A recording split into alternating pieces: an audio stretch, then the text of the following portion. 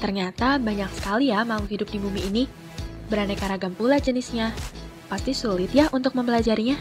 Untuk menyederhanakan hal tersebut, hari ini saya, Cornelia Widianti dari SMA Trinitas Bandung, akan menjelaskan materi biologi kelas 10 tentang klasifikasi makhluk hidup. Adapun tujuan pembelajaran dari materi ini, yang pertama, mampu memahami konsep klasifikasi makhluk hidup. Kedua, mampu menjelaskan tujuan dan manfaat klasifikasi makhluk hidup. Ketiga, mampu menjelaskan dasar-dasar klasifikasi makhluk hidup. Dan yang terakhir, mampu mengidentifikasi proses klasifikasi makhluk hidup. Sebelum itu, saya berterima kasih kepada guru pembimbing saya, Ibu Ida Ayu Dewi Susiani, yang telah mendukung keberhasilan pembuatan video pembelajaran ini. Untuk mempelajari materi klasifikasi makhluk hidup kali ini, akan dibagi menjadi 4 bagian. Bagian yang pertama, pengertian. Apa yang pertama kali dipikirkan ketika mendengar kata klasifikasi? Iya benar, pengelompokan. Klasifikasi makhluk hidup adalah penggolongan atau pengelompokan organisme atau makhluk hidup dalam takson melalui pencarian keseragaman dan keanekaragaman. Nah, organisme atau makhluk hidup yang diklasifikasikan dalam satu kelompok akan memiliki persamaan, sedangkan makhluk hidup yang memiliki golongan berbeda akan memiliki banyak yang namanya perbedaan. Kita lanjut ke bagian kedua ya, tujuan dan manfaat. Tujuan mengklasifikasikan makhluk hidup, yang pertama, untuk mengelompokkan makhluk hidup berdasarkan persamaan ciri-ciri yang dimiliki. Kedua, untuk mendeskripsikan ciri-ciri makhluk hidup sehingga dapat diketahui perbedaan yang dimiliki antara makhluk hidup yang satu dengan makhluk hidup yang lainnya. Ketiga, untuk mengetahui hubungan kekerabatan antar makhluk hidup. Dan yang terakhir, untuk memberi nama makhluk hidup spesies baru yang baru kita ketahui. Selanjutnya, manfaat. Yang pertama, memudahkan kita dalam mempelajari makhluk hidup yang sangat beraneka ragam.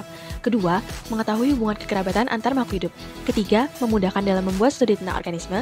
Keempat, membantu dalam identifikasi khusus dari organisme tertentu. Dan yang terakhir, mempelajari tentang beberapa perwakilan dari kelompok-kelompok yang berbeda sehingga dapat mengintegrasikan gagasan tentang kehidupan secara keseluruhan. Bagian ketiga, dasar-dasar klasifikasi dibagi menjadi 5 bagian. Yang pertama, berdasarkan persamaan. Dengan mengamati ciri-cirinya, kita dapat mengetahui bahwa ayam dan elang berada dalam golongan hewan yang sama, yaitu jenis aves, karena ayam dan elang memiliki bulu, sayap, dan paruh. Bila diamati, elang dan ayam memiliki perbedaan. Elang adalah pemakan daging, sedangkan ayam adalah pemakan tumbuhan. Maka, kita mengetahui perbedaannya, yaitu elang adalah karnivora dan ayam adalah herbivora.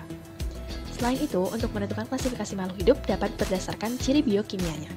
Bisa melalui jenis DNA-nya, jenis proteinnya, maupun juga jenis enzimnya. Dengan mengetahui ciri tersebut, kita dapat menentukan hubungan kekerabatan yang dimiliki antara makhluk hidup yang satu dengan makhluk hidup yang lainnya. Selanjutnya, menentukan melalui ciri morfologi dan anatomi. Untuk mengetahui persamaan dan perbedaan dari makhluk hidup, kita perlu mengamati bentuk luar dan dalam dari makhluk hidup. Seperti jika ingin menggolongkan tumbuhan, maka dapat diamati bentuk pohon, daun, bunga, dan warnanya. Ciri tersebut dinamakan ciri morfologi. Sedangkan jika kita mengamati ada tidaknya kambium atau berkas pengangkut, ini dinamakan ciri anatomi. Yang terakhir, manfaat. Jika kita mengklasifikasikan makhluk hidup berdasarkan manfaat, hal ini dapat memudahkan kita dalam memanfaatkan suatu makhluk hidup.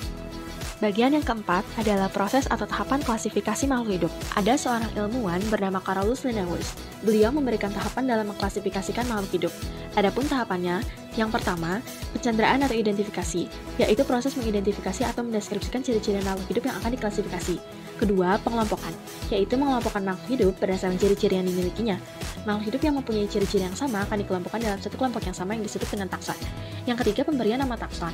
Makhluk hidup yang telah dikelompokkan tadi selanjutnya diberi nama untuk memudahkan kita mengenal ciri-ciri suatu kelompok makhluk hidup tersebut. Carolus Linnaeus juga memperkenalkan kita hierarki takson. Hierarki itu berturut-turut dari tingkatan tertinggi hingga tingkatan yang terendah. Yang pertama kingdom, kedua phylum, ketiga kelas, keempat ordo, kelima family, keenam genus, dan yang terakhir spesies. Nah, segitu dulu ya video pembelajaran dari aku. Semoga bermanfaat. Terima kasih.